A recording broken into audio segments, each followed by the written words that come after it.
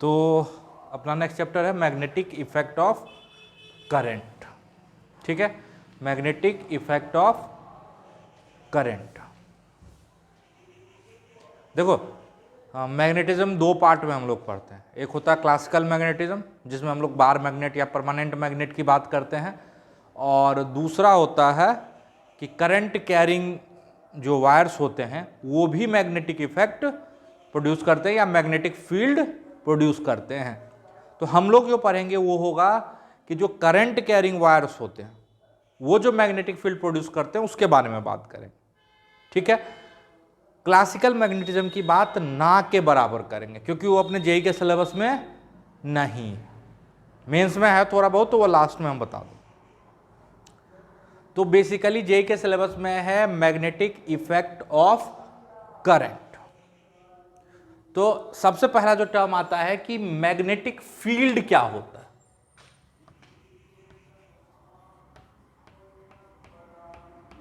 किसी को याद है पीछे का लेक्चर का तो बताओ।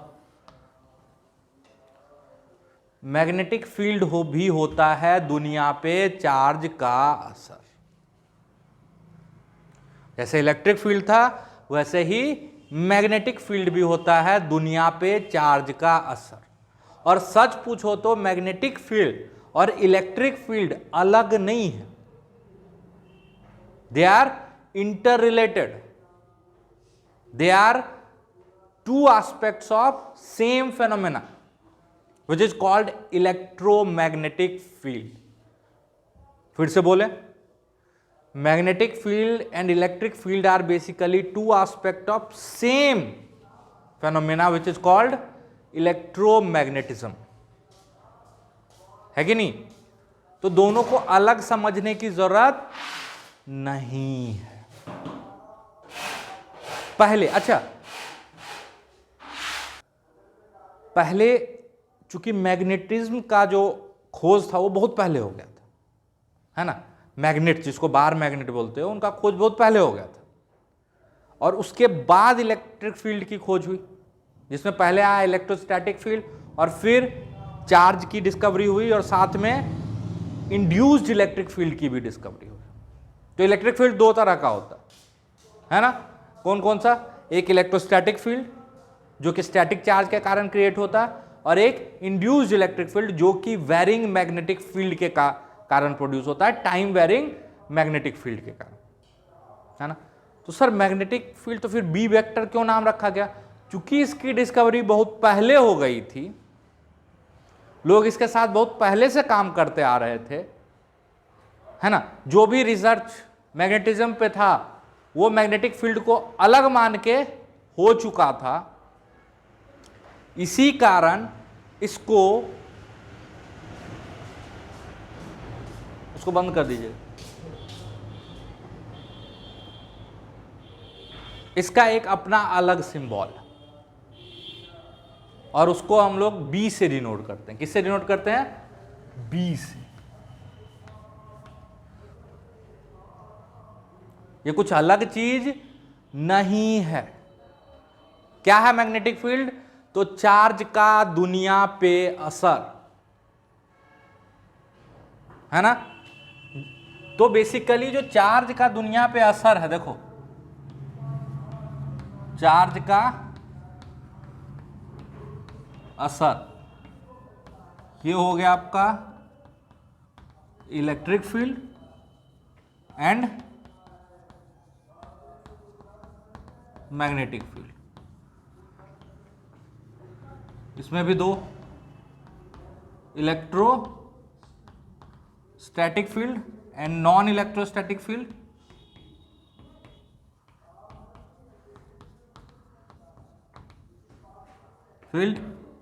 इसी को हम लोग बोलते हैं इंड्यूस्ड इलेक्ट्रिक फील्ड। अच्छा, किसी चीज का अफेक्ट, किसी चार्ज का इफेक्ट को हम कैसे महसूस कर सकते हैं? तो फोर्स के फॉर्म में। किस फॉर्म में महसूस कर सकते हैं? फोर्स के फॉर्म में। तो एक चार्ज जो फोर्स एक्सपीरियंस करता है वो लॉरेंज लॉ के द्वारा दिया जाता है, जिसके बारे में और आगे भी पढ़ेंगे, ठीक है।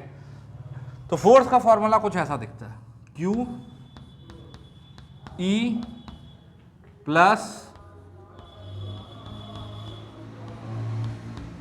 V क्रॉस B, ठीक है। जहां पे E क्या है, इज इट इलेक्ट्रोस्टैटिक फील्ड? नहीं, दिस इज इलेक्ट्रिक फील्ड, जिसमें कि दोनों है। कौन कौन सा? Electrostatic field and induced electric field, जिसके बारे में हम पढ़ेंगे नेक्स्ट चैप्टर, EMI, है कि नहीं। और ये B क्या है? मैग्नेटिक फील्ड, है ना। अगर मान लो मैग्नेटिज्म की खोज बहुत पहले नहीं हुई होती, बहुत पहले नहीं हुई होती, तो ये फॉर्मूला शायद ऐसा नहीं दिखता, मतलब उस फॉर्मूले में शायद B नहीं होता, है ना। उस फॉर्मूले में E ही होता। कैसा फॉर्मूला होता या क्या होता, यह सोचने का औकात ना मेरा है ना आपका।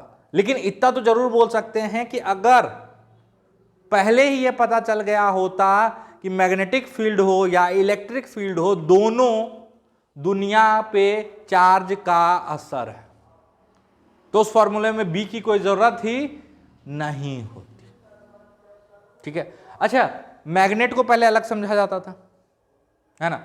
बाद में एक साइंटिस्ट थे ऑर्स्टेड, जिनको सबसे पहले ये फील हुआ, ये डिस्कवर करा उन्होंने कि करंट कैरिंग वायर भी मैग्नेटिक फील्ड प्रोड्यूस करता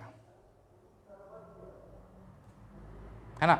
मैग्नेट में आप लोग नॉर्थ साउथ पढ़े होंगे, है ना। जब मॉडर्न फिजिक्स पढ़ाएंगे तो उसमें हम आपको बता देंगे कि नॉर्थ साउथ असल में नॉर्थ साउथ होता भी नहीं, ये तो बेसिकली क्या है, एटम में इलेक्ट्रॉन के सेम सेंस में घूमने के कारण होता है ना। तो ऑयस्टेड एक्सपेरिमेंट कर रहे थे करंट कैरिंग वायर से, ठीक है। तो क्या देखे कि इसके पास रखा हुआ मैग्नेटिक निडल या मैग्नेटिक कंपास डिफ्लेक्ट होता है, ठीक है। फिर एक चार्ज इसके बगल में रखा उन्होंने, तो वो डिफ्लेक्ट नहीं हुआ या मूव नहीं किया, यानी उस पर कोई फोर्स नहीं लगा, लगना भी नहीं चाहिए। मान लो इसके बगल में आप एक चार्ज क्यू रख देते हो, तो ये करंट कैरिंग वायर उस पर फोर्स नहीं लगाएगा, लगाना भी नहीं चाहिए। क्यों? क्योंकि ये तो न्यूट्रल है ना, और करंट कांस्टेंट मान के चलें, ये क्या है, न्यूट्रल है ना। अरे वायर पे चार्ज नहीं आता, वो तो चार्ज फ्लो कर रहा होता ना, तो इधर से जा रहा होता है, यहां से आ रहा होता है, number of positive and negative charges are same. तो पॉजिटिव का जो इलेक्ट्रोस्टैटिक फील्ड होगा उसको नेगेटिव का इलेक्ट्रोस्टैटिक फील्ड कैंसिल कर रहा होगा। लेकिन फिर देखा गया कि अगर इसी चार्ज को हम कुछ वेलोसिटी दे देते हैं, तो ये करंट कैरिंग वायर इसको डिफ्लेक्ट करना शुरू कर देता है। सुनते जाओ सिर्फ कहानी की तरह। जब इसको हम कुछ वेलोसिटी दे देते हैं, तो क्या ऑब्जर्व किया गया कि अब की बार ये करंट कैरिंग वायर इसको डिफ्लेक्ट कर दिया, यानी इस पे फोर्स लगा दिया। मतलब करंट कैरिंग वायर कुछ ऐसा फील्ड प्रोड्यूस कर रहा जो कि इलेक्ट्रोस्टैटिक तो नहीं। अरे अगर वो इलेक्ट्रोस्टैटिक फील्ड होता तो इस चार्ज को डेविएट करता जब ये रेस्ट पे था, या किसी भी फॉर्म का वो इलेक्ट्रिक फील्ड होता तो वो इस चार्ज को अफेक्ट करता कि नहीं करता। लेकिन करंट कैरिंग वायर के बगल में अगर चार्ज को रख दो तो उस पर कोई अफेक्ट नहीं दिखता। लेकिन अगर यही करंट कैरिंग वायर में करंट वेरी कराना शुरू कर दे, ठीक है, पहले तो कांस्टेंट करंट है और इसको मूव करा दो, तब भी इस पे फोर्स दिखना आपको शुरू हो जाएगा। मतलब करंट कैरिंग वायर कोई तो कोई फोर्स प्रोड्यूस कर रहा है ना। और इसी करंट कैरिंग वायर में जब फिर वेरिएबल करंट ले आओ, है ना, मतलब जो आपका मैग्नेटिक फील्ड है वो भी वेरी करने लगे, तो आप देखोगे इसके स्टेशनरी होने के बावजूद भी इस पे फोर्स लगने लगता है। मतलब वो फोर्स तो लगता ही लगता है, साथ में स्टेशनरी है तो भी एक फोर्स लगता है, मतलब कोई और फील्ड प्रोड्यूस हो गया। तो बेसिकली होता क्या है, varying electric field produce magnetic field and varying magnetic field produce electric field. तो electric field and magnetic field are not two different phenomenon, rather than they are two aspect of same phenomenon called electromagnetism। यहां तक की कहानी समझ में आ रही है। अच्छा, अब इस चैप्टर को पढ़ने का अपना सीक्वेंस क्या होगा? तो फोर्स जो एक्सपीरियंस करता है चार्ज, उसके लिए हमको मैग्नेटिक फील्ड निकालना आना चाहिए। तो सबसे पहले हम निकालना सीखेंगे कि करंट कैरिंग वायर के डिफरेंट सिचुएशन में वो जो मैग्नेटिक फील्ड क्रिएट करता है। तो सबसे पहला पार्ट होगा इस चैप्टर में calculation of magnetic field, calculation of magnetic field. और दूसरा पार्ट होगा calculation of force, calculation of magnetic field due to current carrying wires. And दूसरा पार्ट होगा कैलकुलेशन ऑफ फोर्स या मैग्नेटिक फोर्स जो चार्ज पे लग रहा होगा। ठीक है, एचसी वर्मा में एक बड़ा प्यारा सेक्शन है, देख लीजिएगा, हम देख के बता देते हैं। घर पे जाओगे तो थोड़ा सा पढ़ना, उसको समझ में आएगा। एचसी वर्मा सेक्शन 34.3 34वां चैप्टर होगा, तीसरा सेक्शन। ठीक है, जरूर देखिएगा घर पे जाके। कोई दिक्कत? तो अब स्टार्ट करें अपना। तो ये चैप्टर सबसे पहले हम लोग स्टार्ट करेंगे बायट-सैवर्ट लॉ से। ठीक है, तो यहाँ तक की बातों को लिखो अपने लैंग्वेज में, है ना, हिंदी, इंग्लिश, उर्दू, फारसी, जो भी आता है आपको। चलो, तो मैग्नेटिक फील्ड को डिनोट किससे करते हैं? बी वेक्टर से। इसका यूनिट होता है टेस्ला, ग्रेट निकोला टेस्ला के नाम पे इसका यूनिट है ना।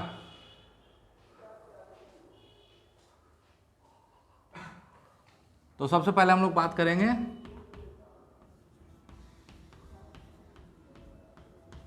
Bye-Savart law. ठीक है, मान लो एक करंट कैरिंग वायर है, यहां से यहां पे एक छोटा सा एलिमेंट लेते हैं डीएल। ये डीएल का डायरेक्शन क्या है? डीएल का डायरेक्शन वही है जो आपके करंट का डायरेक्शन है। डीएल का डायरेक्शन वही है जो आपके करंट का डायरेक्शन है। तो ये डीएल वेक्टर छोटा सा एलिमेंट है वायर का। ठीक है, इसमें कितना करंट फ्लो कर रहा है? तो मान लो आई करंट फ्लो कर रहा है। तो इस डीएल एलिमेंट से जो आर पोजीशन वेक्टर है, वहां पे अगर इस डीएल एलिमेंट का मैग्नेटिक फील्ड लिखते हैं डीबी, क्या लिखते हैं? डीबी। छोटे से एलिमेंट के कारण जो छोटा सा फील्ड प्रोड्यूस हो रहा है, तो उसका वैल्यू होता है mu naught by 4 pi DL cross R cap divided by are square. ठीक है, mu naught by 4 pi DL cross R cap मतलब इस डायरेक्शन का यूनिट वेक्टर, और डीएल का डायरेक्शन तो आपको पता है, मतलब यहाँ पे बेसिकली हम क्रॉस प्रोडक्ट यूज करने वाले हैं, तो क्रॉस प्रोडक्ट आना चाहिए आपको। याद है कुछ कि भूल गए? याद है ना, जल्दी से याद दिला देते हैं। अगर मान लो ये ए है, ये बी है, तो ए क्रॉस बी किधर होगा बताओ? बाहर की तरफ होगा, है ना। इसको ऐसे भी दिखाते हैं। और अगर बी क्रॉस ए पूछे तो अंदर की तरफ होगा, और इसका मैग्नीट्यूड क्या होता है? A B sine theta, A B sine theta, where theta is this angle. यहाँ तक में कोई दिक्कत किसी को? अच्छा, जब एक वेक्टर अंदर हो, जैसे कुछ ऐसा बना हुआ हो, ए बोर्ड के अंदर है या बाहर है, ठीक है, और बी ऐसे है, तो ए क्रॉस बी का डायरेक्शन निकालने के लिए पाम रूल बताए थे, याद आ रहा है? ए क्रॉस बी मान लो यहाँ पे पूछ दिया, क्या पूछ दिया? ए क्रॉस बी। अच्छा, ए क्रॉस बी दोनों का दोनों ए के भी परपेंडिकुलर होता है और बी के भी परपेंडिकुलर होता है, याद है ना। ए क्रॉस बी बोथ ए और बी दोनों के परपेंडिकुलर होता है। तो यहाँ पे अगर ए क्रॉस बी की बात करें तो क्या बताए थे? थंब को रखना है पहले वेक्टर की तरफ, फिंगर्स को रखना है दूसरे वेक्टर की तरफ।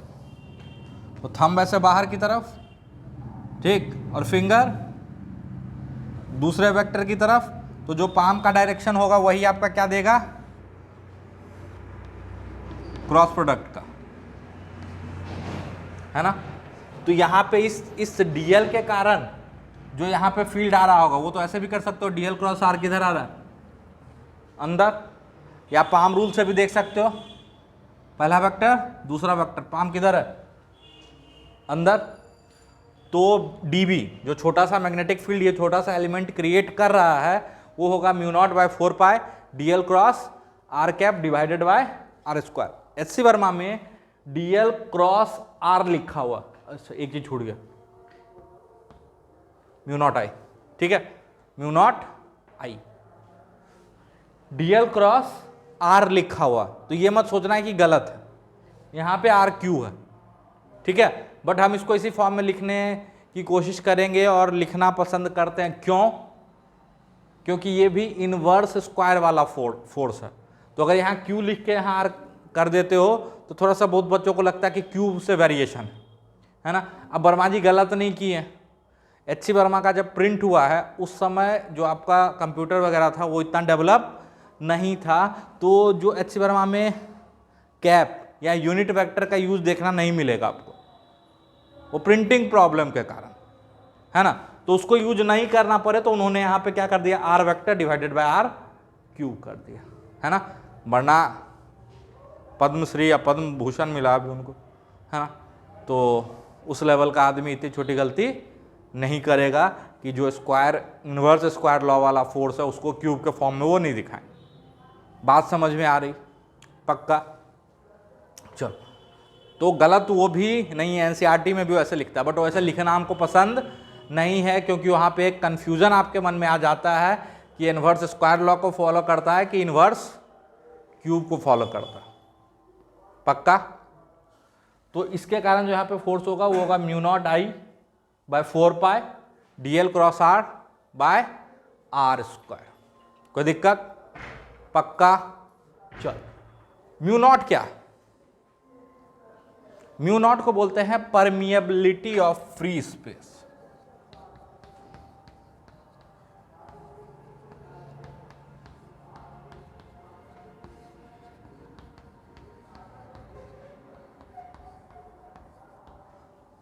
Permeability of free space, just like epsilon not, ये भी हमारे यूनिवर्स का one of the most fundamental constant है ना।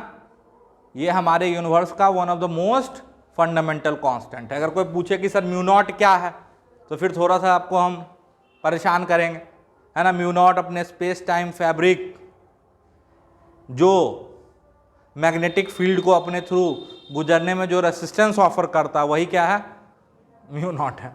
जैसे एप्सिलॉन नॉट क्या था, इलेक्ट्रिक फील्ड को गुजरने में जो रेसिस्टेंस ऑफर करता था उसका मेजरमेंट क्या था, एप्सिलॉन नॉट। उसी तरह स्पेस टाइम फैब्रिक जो मैग्नेटिक फील्ड को गुजरने में रेसिस्टेंस ऑफर करता है ना, वो क्या है, म्यू नॉट, ठीक है। इसको बोलते हैं परमिएबिलिटी ऑफ फ्री स्पेस। यहां तक में कोई दिक्कत, पक्का। तो जल्दी से नोट करो। चलो, एक करंट कैरिंग वायर है जो आर्क के फॉर्म में है ना। आप बोलोगे सर ऐसा वायर हो सकता है, अरे किसी सर्किट का हिस्सा, ठीक है, जो कि आर्क के फॉर्म में है। इसका रेडियस क्या है, आर, सेंटर पे ये एंगल कितना सबटेंड कर रहा है, फाई, ठीक है। तो और इसमें करंट कितना है, आई, ठीक है। तो इसके कारण जो यहाँ पे मैग्नेटिक फील्ड प्रोड्यूस होगा यूजिंग बायट-सैवर्ट लॉ, वो निकालना आपको, ठीक है। एक बार खुद से ट्राई करो, फिर मेरा सॉल्यूशन देखो।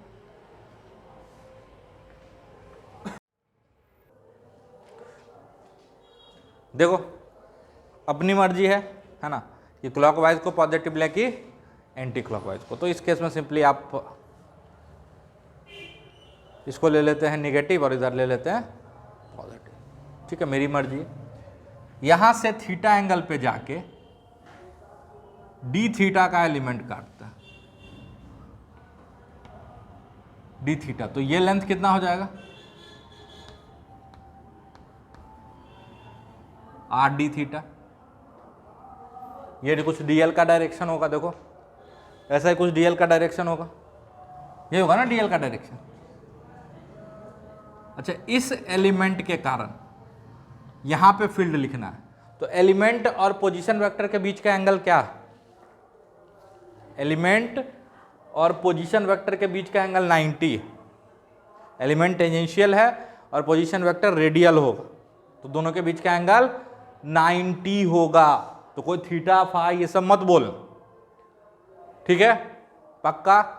चलो, तो इस छोटे से एलिमेंट के कारण जो यहां पे छोटा सा फील्ड क्रिएट होगा डीबी, वो क्या होगा बताओ? वो होगा mu naught I by 4 pi DV cross R. तो यहां पे आर सिर्फ डायरेक्शन के काम में आ रहा है, तो डीवी जो आएगा वो आएगा ये डीएल। डीएल का वैल्यू लिखो, R D theta. R cap का वैल्यू 1 और साइन थीटा यानी साइन 90, साइन 90। अरे दिख रहा है कि नहीं, ये डीएल है और ये आर वेक्टर है जहां पे फील्ड निकाल रहा है, तो दोनों के बीच का एंगल 90 है कि नहीं है? चलो, ये आ गया डिवाइडेड बाय आर स्क्वायर। और डायरेक्शन, चूंकि यहां वेक्टर लिख रहे हैं तो डायरेक्शन भी लिखना होगा। किधर होगा डायरेक्शन, आप ही बताओ जल्दी से। डीएल क्रॉस आर अंदर, डीएल क्रॉस आर अंदर। और आप लोग के पास तो कॉपी है, कॉपी घुमा लिया करो, खुद मत घूम जाओ।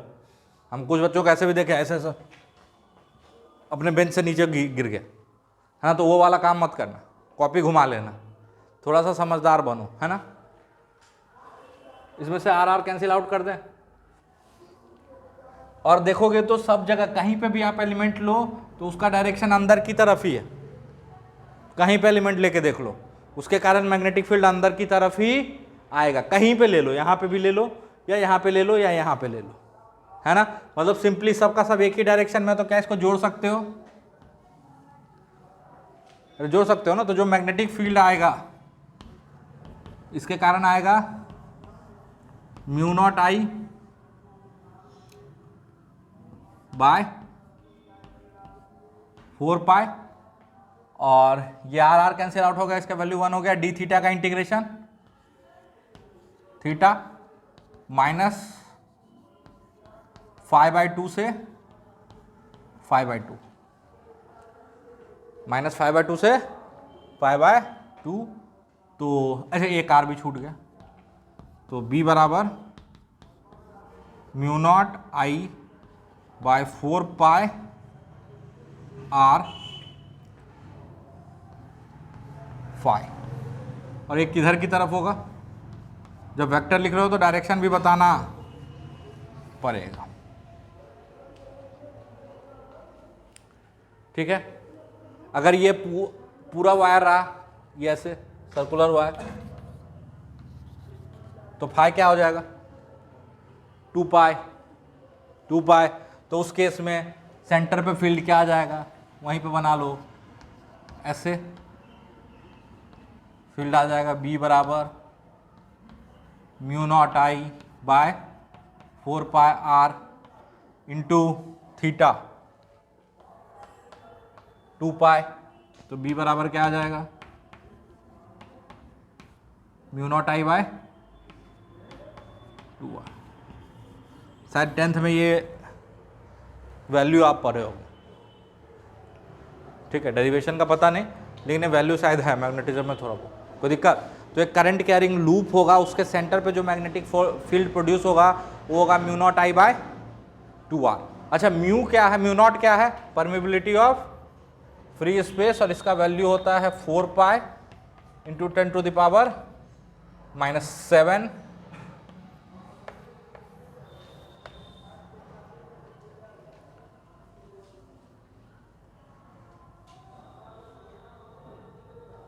अब आधा वायर का भी निकाल सकते हो, है ना। अरे सेमी सर्कल होगा तो थीटा का वैल्यू पाई पुट कर देना, थीटा का वैल्यू सॉरी फाई का वैल्यू पाई पुट कर देना, आंसर आ जाएगा। कोई दिक्कत? पक्का? तो लिख लो जल्दी से।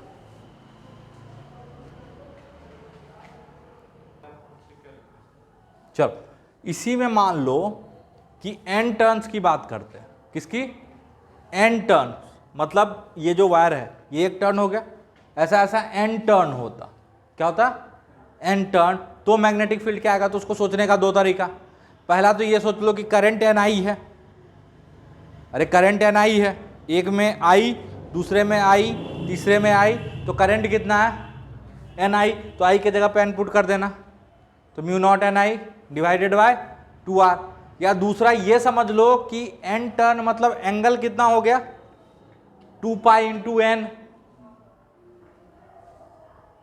n टर्न मतलब एंगल कितना हो गया, 2 पाई इंटू एन, तो वो भी पुट करोगे तो आंसर आ जाएगा। तो n टर्न वाला अगर लूप है ना, टाइटली बाउंडेड है, इतना इसके रेडियस में अंतर नहीं दिखना चाहिए, है ना, टाइटली बाउंडेड है ताकि सबका रेडियस क्या मान सकते हो, लगभग r, है ना, तो इसका हो जाएगा mu not ni upon 2r। बात समझ में आई, पक्का, तो यहां तक सब नोट करो अच्छे से।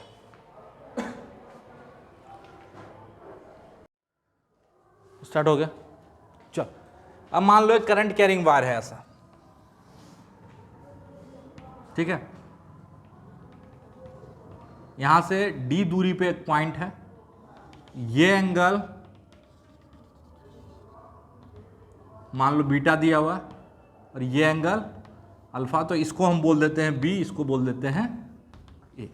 कोई दिक्कत, इसके कारण उस पॉइंट पे फील्ड निकालना है, ये जो करंट कैरिंग वायर है इसके कारण उस पॉइंट पे फील्ड निकालना, बिल्कुल ऐसा ही काम इलेक्ट्रोस्टैट में किए थे अगर आपको याद हो तो, और इसका जो रिजल्ट होगा वो डायग्राम के साथ याद रखना पड़ेगा, ताकि अल्फा बीटा का जो आप डेरिवेशन में लेके चल रहे हो वैसे ही आपका क्वेश्चन करना होगा, है कि नहीं, याद आ रहा है, अरे याद आ रहा है तो जल्दी से ट्राई करो इसको।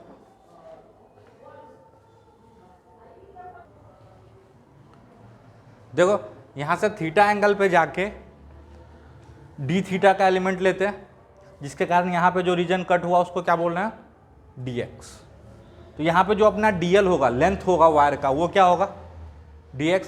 डायरेक्शन पता है और कहां पे फील्ड निकाल रहे हैं, यहां पे, तो एंगल जो होगा r वेक्टर और इसके बीच का वो ये होगा, वो एंगल यही होगा। तो ये थीटा, ये 90, तो ये क्या हो जाएगा 90 प्लस थीटा, अरे 90 प्लस थीटा होगा, एक्सटीरियर एंगल सामने वाले और इंटीरियर एंगल के सम के बराबर होता है, क्लास 7th और 8th, ठीक है, आगे चलें, चल, तो इसके कारण यहां पे फील्ड लिखेंगे छोटा सा, तो dv बराबर क्या लिखोगे, अब सिर्फ मैग्नीट्यूड लिख रहे हैं, mu naught I by 4 pi, dl का वैल्यू क्या लिखोगे dx, और ये r कैप का यूनिट वेक्टर क्या आएगा 1 साइन थीटा,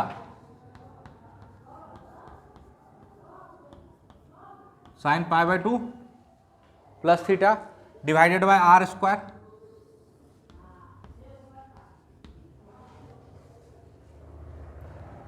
कोई दिक्कत, देखो इस एक इक्वेशन में कितना वेरिएबल दिख रहा है, उसको कम करना पड़ेगा, एक वेरिएबल x है, दूसरा वेरिएबल थीटा है, तीसरा वेरिएबल r है, d कांस्टेंट है, d तो दिया हुआ है ना सवाल, तो हमको क्या करना होगा कि वेरिएबल कम करना, क्या करना है, कम करना है। तो स्टार्ट करते हैं, यहां से आप ध्यान से देखते जाना, तो x बाय r,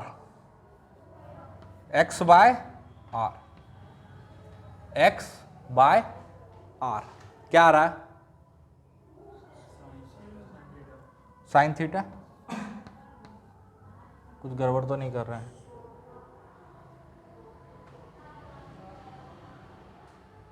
नहीं एक्स वाई आर नहीं चाहिए हमको, मेरा कांस्टेंट डी है ना, फिर तो दो वेरिएबल रह जाएगा, एक्स बाई डी क्या हो जाएगा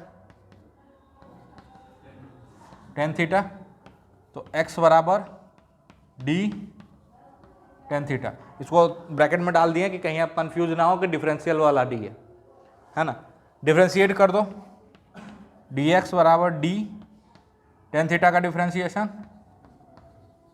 इंटू डी थीटा, कोई दिक्कत? तो ये आ गया आपका dx। x का क्या लिखोगे? x बराबर लिखोगे d tan थीटा। अब बच रहा है क्या? r। तो r के लिए काम करें, d बाय आर क्या होगा? cos theta. तो r बराबर d sec थीटा। r बराबर क्या होगा? d sec theta. सारा वैल्यू इसमें पुट करो। db बराबर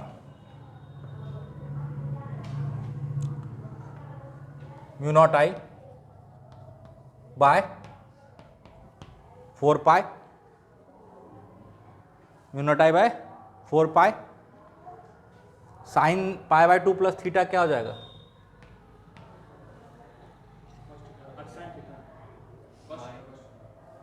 कॉस थीटा। पाई बाय वाला एंगल है ना। dx के जगह पे क्या लिखोगे? d सेक स्क्वायर थीटा बटे आर स्क्वायर के जगह पे क्या लिखोगे?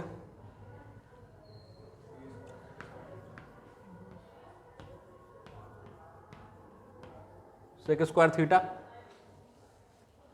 लिखोगे। कुछ नहीं किए, सारा वैल्यूज पुट किए।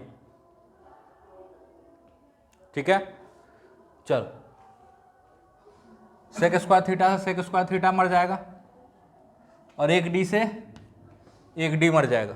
डी थीटा वाले का डी मत मार देना, वो डी थीटा कैलकुलस वाला और ये डी दूरी वाला।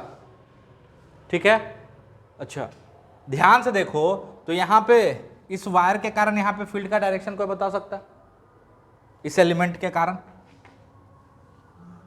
डीएल का डायरेक्शन इधर, आर का डायरेक्शन इधर, तो डीएल क्रॉस आर बाहर की तरफ कहीं पे एलिमेंट लेके देख लेना, सबका सब फील्ड किधर आ रहा है? बाहर की तरफ। तो क्या सीधा सीधा जोड़ सकते हैं? जोड़ दो। थीटा का वैल्यू कहां से कहां? माइनस बीटा से प्लस अल्फा। इस लाइन से मेजर कर रहे हैं ना सारा एंगल, तो इससे जब एंड ये किधर घूम रहे हो? क्लॉकवाइज, तो इसको क्या बोलना है? माइनस, और ये प्लस। तो लिमिट कहां से होगा? पूरा पूरा पूरा वायर कवर करना है तो माइनस बीटा से प्लस अल्फा।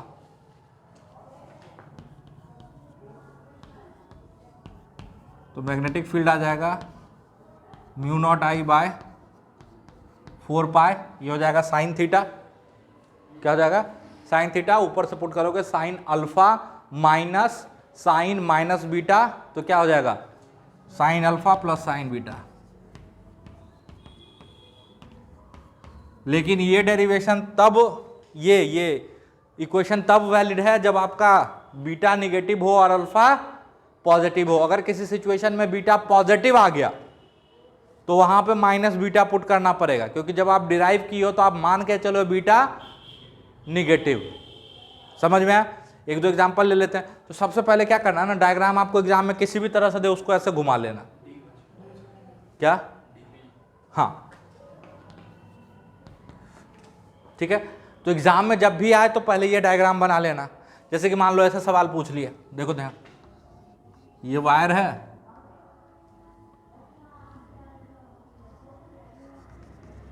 यहां पे फील्ड पूछ रहा और ये एंगल आपका दिया है 120 डिग्री,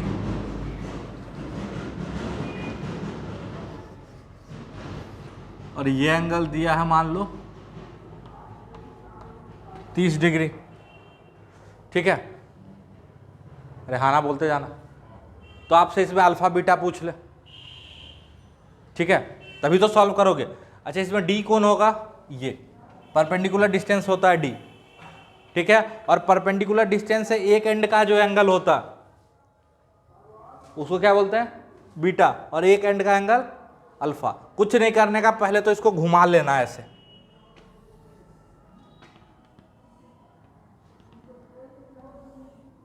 ये कितना दिया हुआ? 120। तो ये कितना हो जाएगा? तो ये कितना हो जाएगा? 30।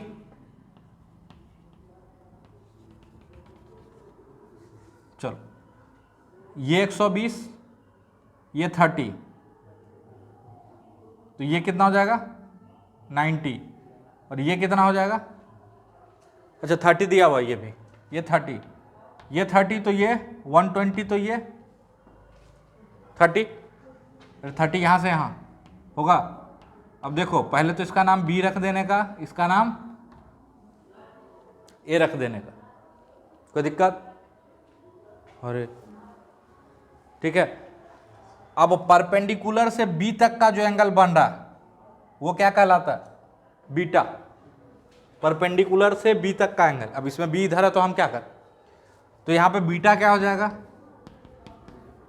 -30। -30 क्यों, क्योंकि यहाँ पे देखो बीटा पॉजिटिव आ रहा और अपने डेरिवेशन में बीटा कैसा था, निगेटिव था, है ना। तो इसलिए डायग्राम को पहले ऐसे ही बना लेना जैसे ये है ना, लेफ्ट वाला एंड B, राइट वाला एंड A।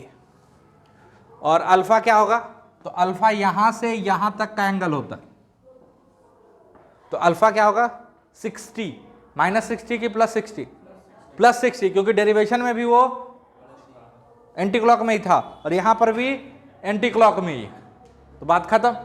तो यहां पे बीटा क्या हो जाएगा 60। अब यहीं पे एक और चीज बता देते हैं आपको,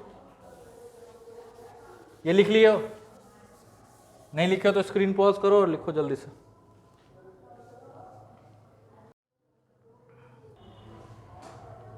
चल अब इसी में अगर इसको खिसका के यहां ले आए, मतलब कुछ ऐसे देखना, ये वाला है ना, इसको खिसका के इस एंड पे ले आए, तो आप बताओ बीटा क्या होगा। ये जैसे जैसे इधर खिसकेगा बीटा छोटा होता जाएगा, जब ये इस एंड पे आ जाएगा तो बीटा 0 हो जाएगा। और इस एंड को बहुत दूर लेके चले जाते हैं तो अल्फा का वैल्यू बढ़ेगा कि घटेगा, बढ़ेगा। और जब ये इन्फिनिटी पे चला जाएगा तो अल्फा का वैल्यू 90 हो जाएगा। तो इसी को बोलते हैं सेमी इनफाइनाइट वायर। क्या बोलते हैं, सेमी इनफाइनाइट वायर के कारण यहाँ पे अगर फील्ड लिखना हो तो बीटा क्या हो जाएगा, बोलो 0, अल्फा π/2, तो यहाँ पे फील्ड आ जाएगा μ0I/4 πd into sine π/2 1 plus 0 sine beta, तो क्या आ जाएगा μ0I/4 πd, है ना। ये किसके कारण हो गया मैग्नेटिक फील्ड, अरे किसके कारण हो गया, सेमी इनफाइनाइट वायर। अब इसी को इनफाइनाइट करना है तो बीटा को भी कहाँ लेके चले जाओ 90, और इसको भी 90, तो ये हो गया semi infinite wire, semi infinite. और इसी को इनफाइनाइट वायर करना,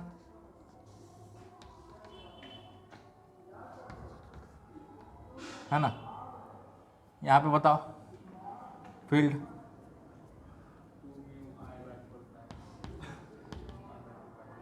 बीटा बराबर μ0I/4 πd इंटू 1 प्लस 1, तो बीटा बराबर μ0I/2 πd। ये हो गया इनफाइनाइट वायर के कारण। किसके कारण हो गया, इनफाइनाइट वायर के कारण।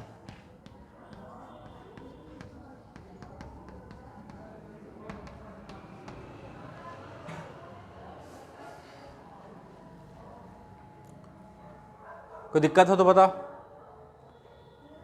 तो ये सब फॉर्मूला कैसे याद करना है तो बैठ के याद करने की ज़रूरत नहीं है, कुछ सवाल देंगे होमवर्क के लिए, उस पर आपका हो जाएगा। तो सवाल लिख लो होमवर्क के लिए, एरोडोव का 3.219 से, और ये करके आना है अगले क्लास में, है ना, डिस्कस करेंगे, सारा फॉर्मूला रिवाइज हो जाएगा और कुछ नहीं, ठीक है। तो एरोडोव का 3.219 से 3.228 एक्सेप्ट 3.224, उसको बाद में करेंगे, है ना। बाकी सारा फॉर्मूला बेस्ड है। और डायरेक्शन का ध्यान रखना, डायरेक्शन का ध्यान रखना, फॉर्मूला लगाना। समझ में आया। और जब करोगे ना खुद से तो अपने आप कॉन्फिडेंस आएगा। हम कितना भी करा दे, कॉन्फिडेंस तभी आता है जब आप सवाल करते हो, है कि नहीं है। पक्का ना? तो ये करके आइएगा, उसके बाद ही आगे कुछ हम बात करेंगे। ठीक, चलो अगला निकालो कि एक करंट कैरिंग वायर है, या ऐसे समझो करंट कैरिंग वायर नहीं, रिंग, ठीक है, इसमें करंट ऐसे फ्लो कर रहा, ये पीछे का हिस्सा, मतलब इधर से देख रहे हैं, इधर से तो करंट ऐसे घूम रहा, समझ में आया? इसका रेडियस आर मान लेना, करंट आई मान लेना, रेडियस क्या मानने का? आर। तो यहां से सेंटर से एक्स दूरी पे, मतलब एक्सियल पॉइंट बोलते थे ना, याद आ रहा? एक्सियल पॉइंट पे मैग्नेटिक फील्ड बताना है। कोई दिक्कत? एक बार खुद से ट्राई करो। रेडियस आर और करंट कैसे है, देखो इधर घूम जाओ तो एंटी क्लॉक, ठीक है, पक्का? अरे इधर का एंटी क्लॉक अलग होगा और इधर का ऐसे, मतलब ये जो दिख रहा है ना आपको, ये नीचे आता हुआ, ये बाहर वाला करंट है और ये पीछे वाला, ठीक है? अरे यहाँ पे रिंग रखोगे तो आधा बोर्ड के अंदर आधा बोर्ड के बाहर आएगा ना, तो पीछे वाला जो है उसमें करंट ऐसे जा रहा है ऊपर, और जो सामने वाला उसमें करंट नीचे जा रहा है। अगर इसको है ना, ये ऐसे, ठीक है, ऐसे, समझ में आया? जिसको बोर्ड में रखेंगे तो कैसे होगा, आधा हिस्सा बाहर आधा अंदर, समझ में आ रहा? ट्राई करो एक बार जल्दी से। देखो यहाँ पे छोटा सा एलिमेंट यहाँ पे काटो टॉप पे, तो उसमें करंट ऐसे आ रहा होगा, टॉप से जो देखोगे करंट ऐसे ही आ रहा होगा ना। अरे ये जो पॉइंट है ये करंट का डायरेक्शन है, करंट ऐसे जा रहा है ना, तो ऊपर वाला एकदम हिस्सा छोटा सा काटे ऊपर, डीएल। अच्छा यहां से पोजीशन वेक्टर ऐसे होगा, ऐसे ही है ना, तो दोनों के बीच का एंगल क्या है, 90 है, और डीएल क्रॉस आर करोगे तो वो कुछ ऐसे आएगा, ये डीएल क्रॉस आर तो कुछ ऐसे आएगा ना, मतलब यहाँ पे जो मैग्नेटिक फील्ड है डीबी वो कुछ ऐसे जा रहा होगा, इसके परपेंडिकुलर होगा, ये तो श्योर है, दोनों के परपेंडिकुलर होता है ना, तो इसके भी परपेंडिकुलर और इसके भी परपेंडिकुलर होगा, ठीक है? तो ये इसका छोटा सा मैग्नेटिक फील्ड है, आई होप समझ में आया हो, है ना? चल डीबी, उसी तरह नीचे वाले का बताओ, ये अंदर जा रहा है और ऐसे है, तो मैग्नेटिक फील्ड बताओ, ऐसे,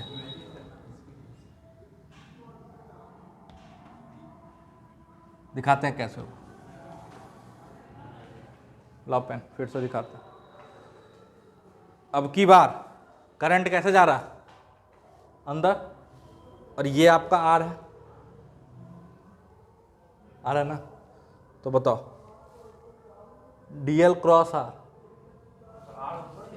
क्या? अच्छा हाँ सॉरी, ऐसा,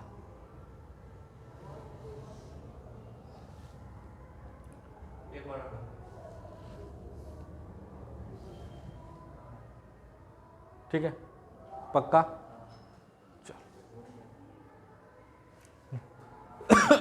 नहीं तो ऐसे देख लो, ये किधर जा रहा है, यहां अंदर, और आर ऐसे है ना,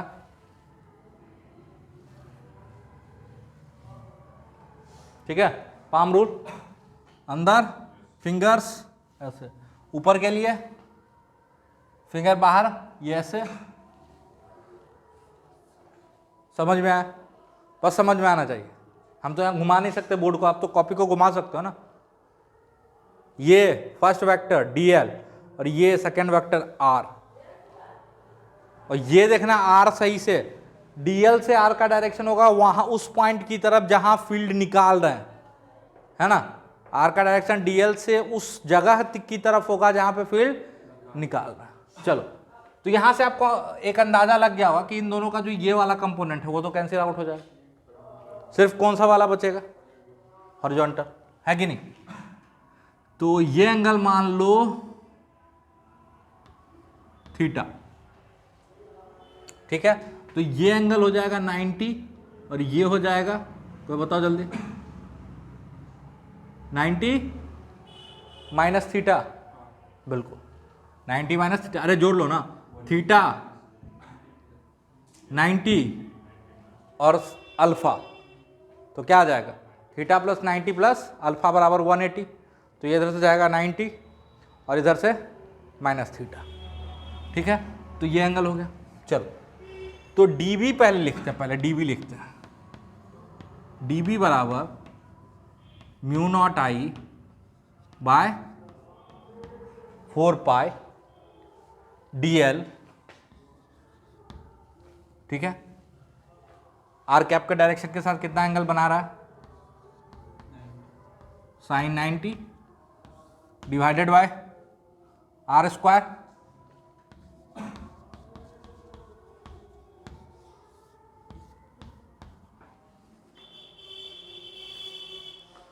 होगा। अच्छा यहां पे देखो डी एक ही डायरेक्शन में नहीं है कि सीधा सीधा इंटीग्रेट कर दे, है ना, तो इसका दो कंपोनेंट करते हैं, एक एक्सिस के परपेंडिकुलर और एक एक्सिस के अलोंग। तो एक्सिस के परपेंडिकुलर वाला क्या होगा, कैंसिल आउट हो जाएगा, तो जो एक्सिस के अलोंग इसका आएगा छोटा सा डी बी एक्सिस या एक्सियल, ये आ जाएगा mu naught I by 4 pi d l divided by x square plus r square, ये एंगल क्या है, तो कॉस 90 माइनस थीटा क्या हो जाएगा, साइन थीटा, अरे होगा साइन थीटा, साइन थीटा इस डायग्राम से देखो तो आर बटा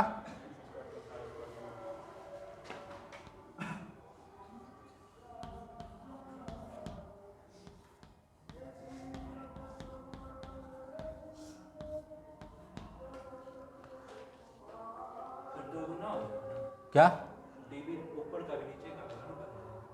नहीं, वो तो हम बताने के लिए, दो गुना तब करते ना जब आधा रिंग पे इंटीग्रेट करते, हम यहाँ पूरे रिंग पे इंटीग्रेट करें, आधे रिंग पे करते तो डबल कर लेते, यहाँ इंटीग्रेट ही हम पूरे रिंग पे करेंगे,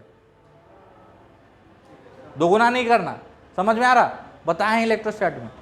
चल कुछ गड़बड़ नहीं लिखे हैं, सब चीज सही लिखे हैं, mu naught I by 4 pi d L, और यहाँ डॉट प्रोडक्ट होगा तो साइन 90, अरे साइन 90 ये वाला divided by x square plus r square, under root का स्क्वायर करोगे तो क्या होगा x square plus r square, और ये दूरी कितनी हो जाएगी,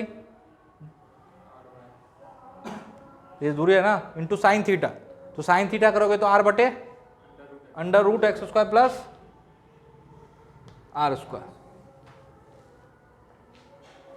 ठीक है, तो इंटीग्रेट करो, एकमात्र वेरिएबल क्या है डीएल, तो पूरा डीएल इंटीग्रेट होके क्या बन जाएगा, एल यानी रिंग का रेडियस, सॉरी रिंग का पेरीमीटर, है ना, तो बी जो होगा बी एक्सियल वो हो जाएगा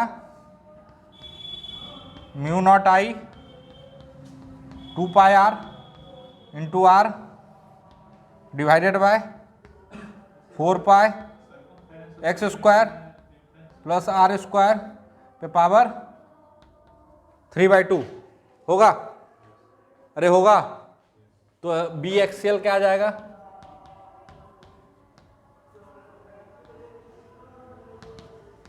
देखो पाई से पाई कट जाएगा, 2 से 2, और आर ऊपर कांस्टेंट म्यू नॉट आई, ऊपर 2 नहीं नीचे, चलो म्यू नॉट आई, ये तो कैंसिल आउट हो जाएगा, r square divided by 2 x square plus r square पे power 3/2,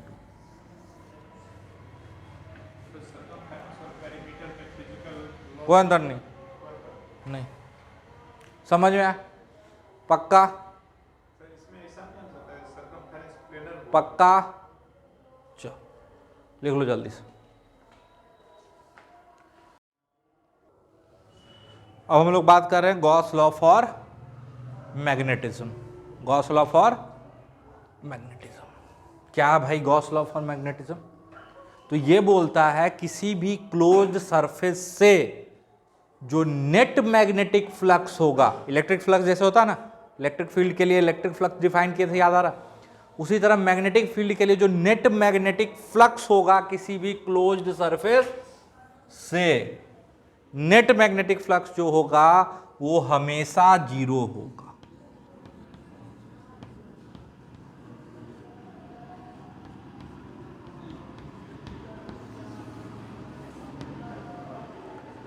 net magnetic flux through a closed surface is always 0। अब आप बोलोगे सर 0 ही आता है, पर क्या करेंगे? अबे वहां पे क्यू वाई एप्सिलॉन नॉट था, एक घूसा मारेंगे ना कि सर इलेक्ट्रिक फील्ड में तो 0 ही था, तो बोल ही रहा था, बोला था ना, अरे बोला था ना, गधा कहीं का। वहां पे वो था charge enclose divided by epsilon not, ठीक है। तो जो नेट मैग्नेटिक फ्लक्स होगा किसी भी क्लोज सरफेस से वो क्या होगा? 0। अब बहुत लोग बोलते हैं कि अरे इसका तो कोई यूज ही नहीं। अब जे किसी साल सवाल पूछ लिया तो फिर तब से पढ़ाना शुरू कर देंगे, है कि नहीं? तो इसका क्या मतलब है? इसका पहला इंटरप्रिटेशन है कि मैग्नेटिक फील्ड हमेशा क्लोज्ड लूप बनाता है। इसका पहला इंटरप्रिटेशन है कि मैग्नेटिक फील्ड हमेशा क्लोज्ड लूप बनाता है। क्यों सर? तो देखो, जब भी क्लोज्ड लूप होगा, ध्यान से सुनना, तो यहां से ये नेट इनकमिंग फ्लक्स होगा और ये नेट आउटगोइंग फ्लक्स होगा, है ना? याद आ रहा? इलेक्ट्रोस्टैटिक फील्ड क्लोज लूप नहीं बनाता था, लेकिन ये वहीं पे हम बताए भी थे कि मैग्नेटिक फील्ड क्लोज लूप बनाता है, और इसी के कारण फ्लक्स क्या हो जाएगा इस सरफेस से? 0। एक जगह जब देंगे वेक्टर तो ऐसे होगा, मान लो ये मैग्नेटिक फील्ड ऐसे बना रहा है, तो यहां पे आपका एरिया वेक्टर ऐसे होगा, ठीक है, और DL vector, sorry magnetic field vector ऐसे होगा, है ना? मैग्नेटिक फील्ड लाइन के टेंजेंशियल ही होता है ना, तो ये ऐसे होगा। तो यहां पे देखो एंगल कैसा है? ऑब्ट्यूस। और यहां पे देखो एरिया वेक्टर ऐसे होगा, और ये मैग्नेटिक फील्ड का डायरेक्शन ऐसे होगा, तो एंगल क्या है? एक्यूट, ठीक है।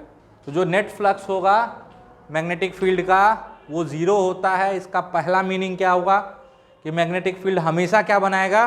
क्लोज लूप, ताकि जितना इनकमिंग फ्लक्स हो उतना ही आउटगोइंग फ्लक्स हो, कोई भी नेट इनकमिंग या नेट आउटगोइंग फ्लक्स नहीं होगा,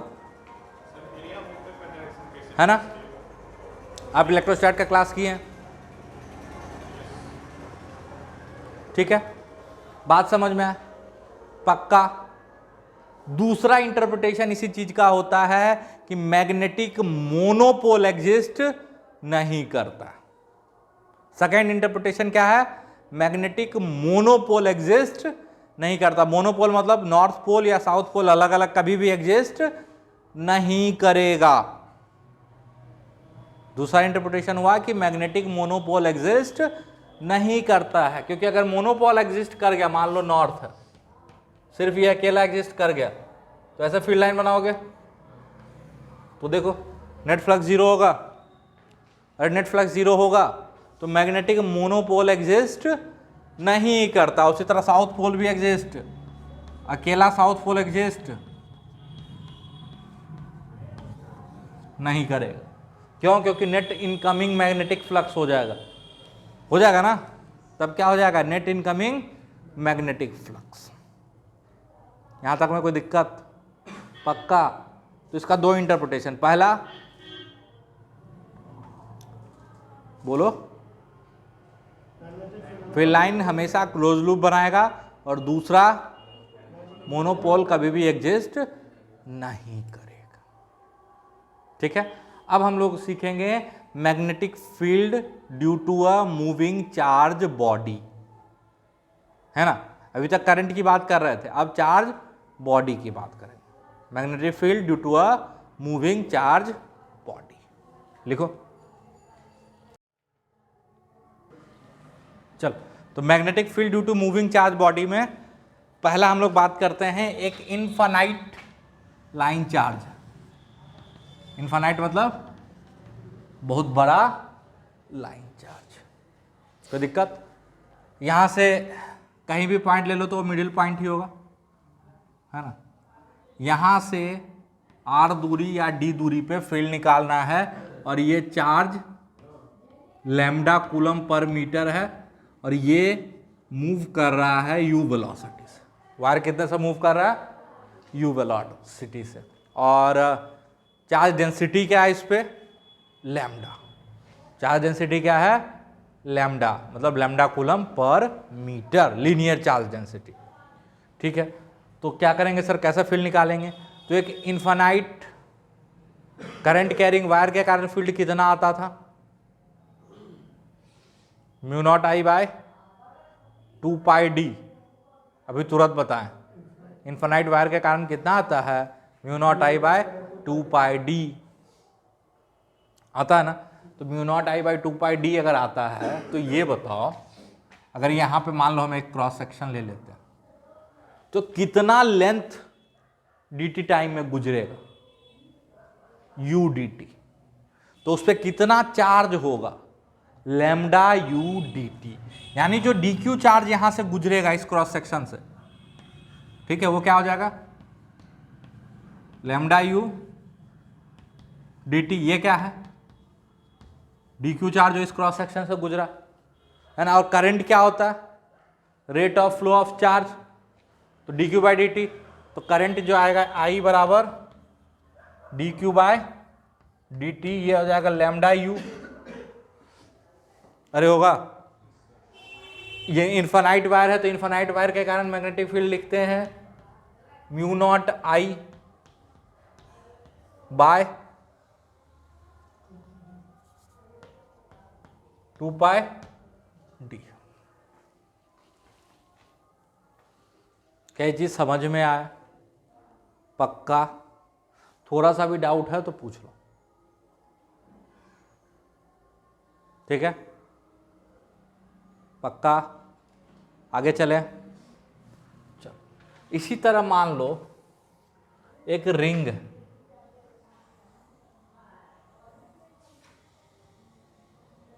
और ये कुछ ऐसे घूम रहा है ओमेगा से।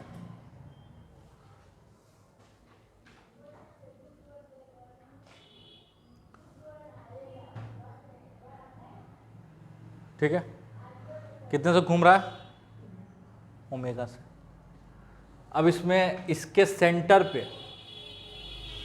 अगर एक करंट कैरिंग वायर आई था, तो उसके सेंटर पे फील्ड कितना आता था? Mu naught I bye 2d। Mu naught I bye 2d। ध्यान से देखो, तो इसमें कहीं पे क्रॉस सेक्शन ले लोगे, कहीं पे, तो कितना चार्ज इसको क्रॉस करेगा? बताओ जल्दी।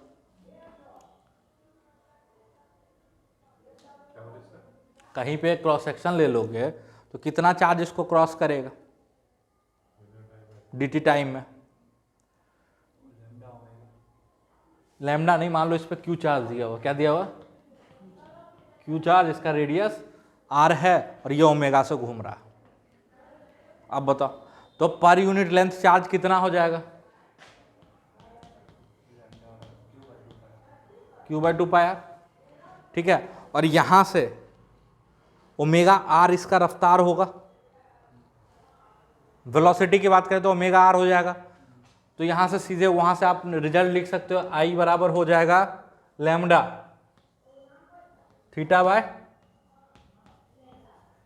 2 pi r, sorry q by 2 pi r। ये हो गया लैम्डा, और किस रफ्तार से घूम रहा है? Omega r। तो जो करंट होगा वो क्या होगा?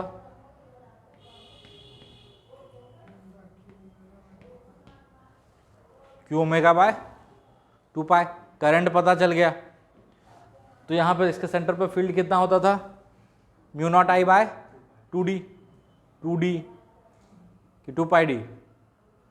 2d। 2 पाई डी होता है वायर में। ठीक है, तो जो आपका मैग्नेटिक फील्ड होगा सेंटर पे, वो हो जाएगा mu not Q omega by 2 पाई और 2d। तो ये हो जाएगा mu not Q omega by 4 pi D.